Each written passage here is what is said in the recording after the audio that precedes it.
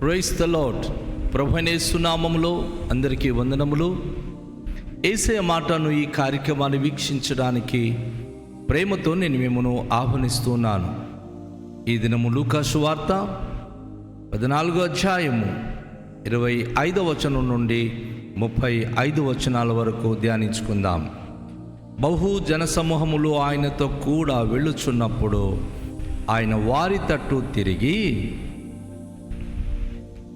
ఎవడైనను నా యొద్దకు వచ్చి తన తండ్రిని, తల్లిని, భార్యను, పిల్లలను, అన్నదమ్ములను, అక్క చెల్లెలను, తన ప్రాణమును సహా ద్వేషింపకుంటే వాడన శిష్యుడు కానేరడు. మరి ఎవడైనను తన సిలువను మోసుకొని నన్ను వెంబడింపని ఎడలా వాడు నా శిష్యుడు కానేరడు. మీలో ఎవడైనను ఒక గోపురము కట్టింప గోరిన ఎడలా దానిని కొనసాగించుటకు కావలసిన తన యొద్ద ఉన్నదో లేదో అని కూర్చుండి తగులుబడి మొదట లెక్క చూచుకొని ఎడలా అతడు దాన్ని పునాది వేసి ఒకవేళ దానిని కొనసాగింప లేకపోయినా నందున చూచిన వారందరూ ఆ మనుష్యుడు కట్ట మొదలుపెట్టెను గాని కొనసాగింపలేకపోయినని అతన్ని చూచి ఎగతళి చేయసాగుదురు. మరియు ఏ రాజైనను మరి యొక్క రాజుతో యుద్ధము చేయబోనప్పుడు తన మీదికి 20,000 మందితో వచ్చువారిని 10,000 మందితో ఎదిరింప శక్తి తనకు కలదో లేదో అని కూర్చుండి మొదట ఆలోచింపడా? భక్తి శక్తి లేని ఎడల అతడు ఇంకనూ దూరముగా ఉన్నప్పుడే రాయబారం పంపి సమాధానము చేసుకున్న చూచును గదా. ఆ ప్రకారమే మీలో తనకు కలిగినదంతయు విడిచిపెట్టని వాడు నా శిష్యుడు కానేరడు. ఉప్పు మంచిదే గాని ఉప్పు నిసారమైతే దేని వలన దానికి సారము కలుగును?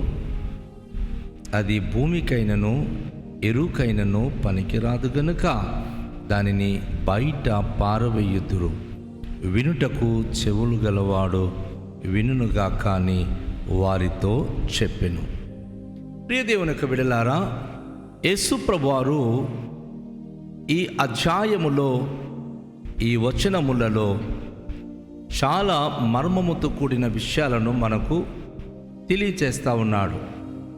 అనేక మంది యేసు ప్రభుకు వెంబడించుకుంటూ వచ్చినప్పుడు వారి తట్టు యేసే చూచినప్పుడు ఒక అద్భుతమైనటువంటి సవాలు వారి ముందు పెడుతున్నాడు. ఆయనకి శిష్యులై ఆయనతో వెంబడిస్తూ ఆయన వలె జీవించాలనుకున్న వ్యక్తి తన తల్లిని, తన తండ్రిని, తన పిల్లలను, అన్నదమ్ములను, అక్క చెల్లెలను, ఈవెన్ తన ప్రాణముతో సహా ఆయన ద్వేషింపకుంటే నాకు శిష్యుడు కానేరడు అంటున్నాడు. తన్ను తాను ఉపేక్షించుకోవాలి. తన సంబంధులన్నీ, తనకు ఇష్టమైనవన్నీ కూడా ప్రభువు కొరకు విడిచిపెట్టి త్యాగపూరితంగా యేసు ప్రభుతో ముందు అడుగు వేయాలి. ఈరోజు మనుషులు ఎలా ఉన్నారంటే, ఇల్లు కావాలి, ఆస్తి కావాలి, అన్నదమ్ములు కావాలి, బంధుమిత్రులు కావాలి, అందరూ ఉండాలి, మేము దేవునితో ఉండాలి. కానీ ప్రభు అంటున్నాడు, అలా అయితే నాకు శిష్యులుగా నువ్వు ఉండలేవు.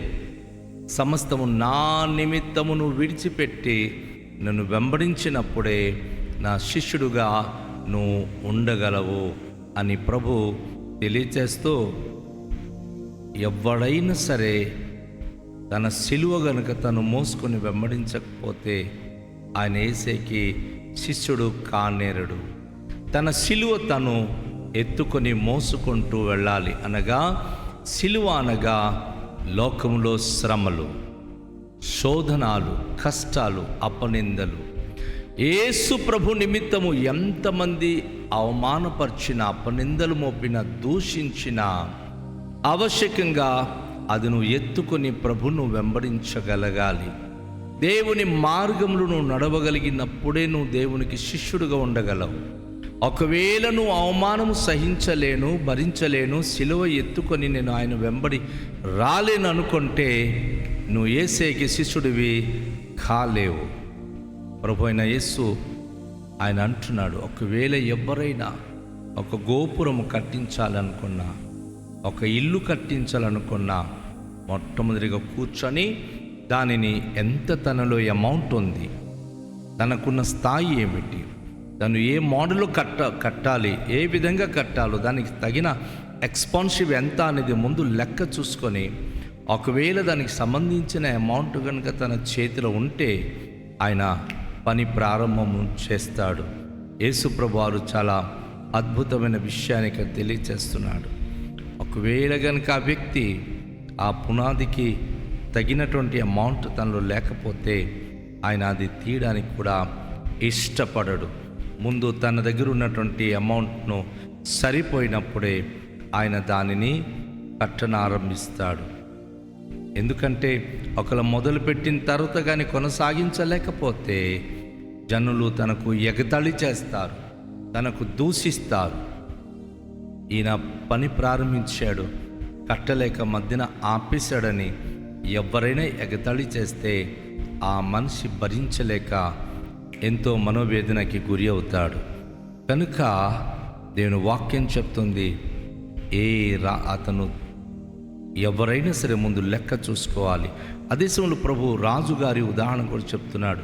ఒక రాజుగారు కనుక తన మీదికి యుద్ధం చేయడానికి మరొక రాజు వచ్చినప్పుడు, ఒక 20,000 మంది సైనికులతో ఆయన వచ్చినప్పుడు, ఈయన దరికి ఆ 20,000 మందికి హతమార్చగలిగే కనీసం 10,000 మంది, ఆ శక్తి ఎదిరించగలిగే శక్తి గల సైనికులు ఉన్నారా లేదా అని కూర్చొని మొట్టమొదటిగా ఆయన ఆలోచిస్తాడు. ఆలోచించకుండా ఆయన యుద్ధానికి బయలుదేరి వెళ్ళాడు. ఒకవేళ బయలుదేరి వెళ్తున్నాడు అనుకోండి, దూరంగా ఉన్నప్పుడే ఆయన రాయబారం పంపించయ్యా, నీతో నేను యుద్ధము చేయలేను, నేను నీతో కలిసి ప్రేమగా జీవిస్తానని చెప్పి తను సమాధానం కొరకు తన రాయబారులను ఆయన పంపించే ఏర్పాటు చేస్తాడు.